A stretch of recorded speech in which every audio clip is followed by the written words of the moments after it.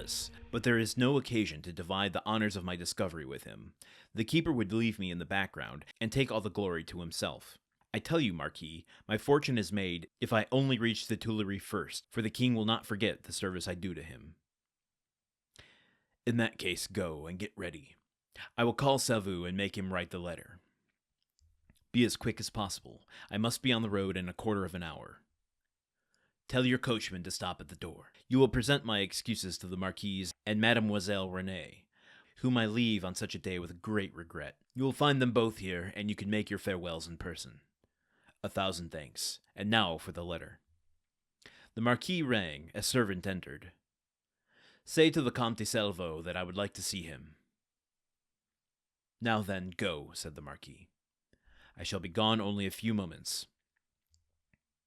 Villefort hastily quitted the apartment, but reflecting that the sight of the deputy procureur running through the streets would be enough to throw the whole city into confusion, he resumed his ordinary pace. At his door he perceived a figure in the shadow that seemed to wait for him. It was Mercédès, who, hearing no news of her lover, had come unobserved to inquire after him. As Villefort drew near, she advanced and stood before him. Dantès had spoken of Mercédès, and Villefort instantly recognized her. Her beauty and high bearing surprised him, and when she inquired what had become of her lover, it seemed to him that she was the judge and he was the accused. The young man you speak of, said Villefort abruptly, is a great criminal, and I could do nothing for him, mademoiselle. Mercédès burst into tears, and, as Villefort strove past her, again addressed him.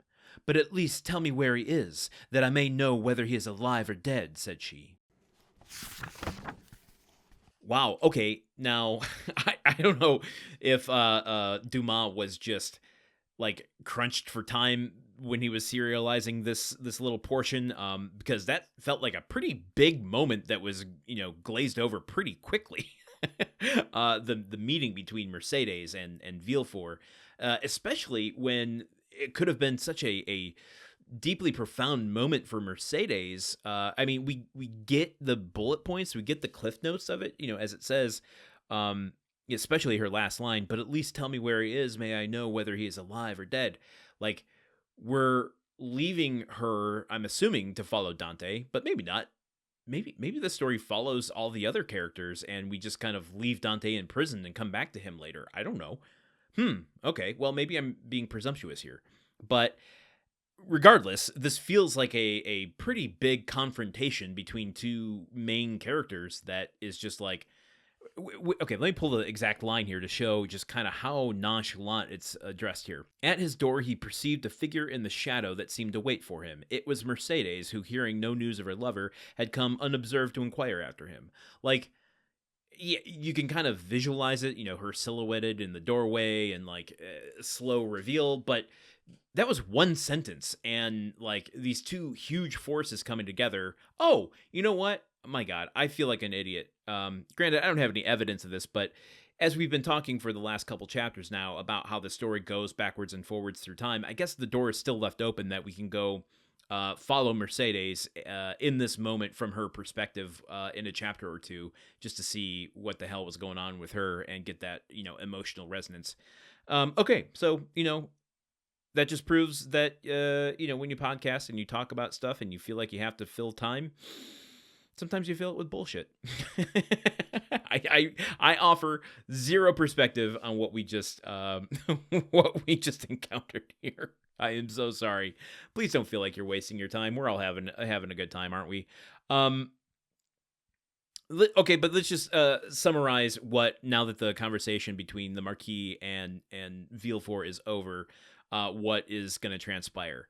Villefort is going to Paris for a couple days. He's going to take some letters to get to the presence of the king, because apparently, though we don't know what, he has some information that he needs the king to hear from his own mouth. Mostly, as he, acknowledges pretty vainly, so that I can get the glory for it. I don't want someone else to, like, take the glory for what I have to present to him.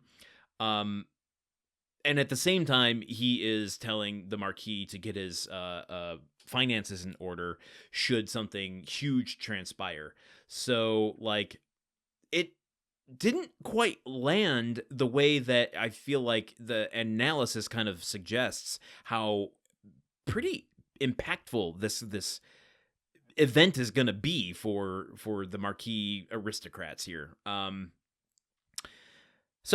there's only one way to find out, and that's to keep pushing forward. So shall we continue tomorrow with more of the Count of Monte Cristo? No, let's just stop here. We're done. Just kidding. We're, of course, going to continue here tomorrow. I will see you all then. Okay, goodbye. The Countdown of Monte Cristo is part of the Gruntwork Podcast Network. This show is produced, edited, and hosted by Landon Solano. The original text of The Count of Monte Cristo by Alexandre Dumas. Theme song by Magic Solo. If you want to support the show and others like it, visit patreon.com/gruntworkpod. Thank you for listening. See you tomorrow.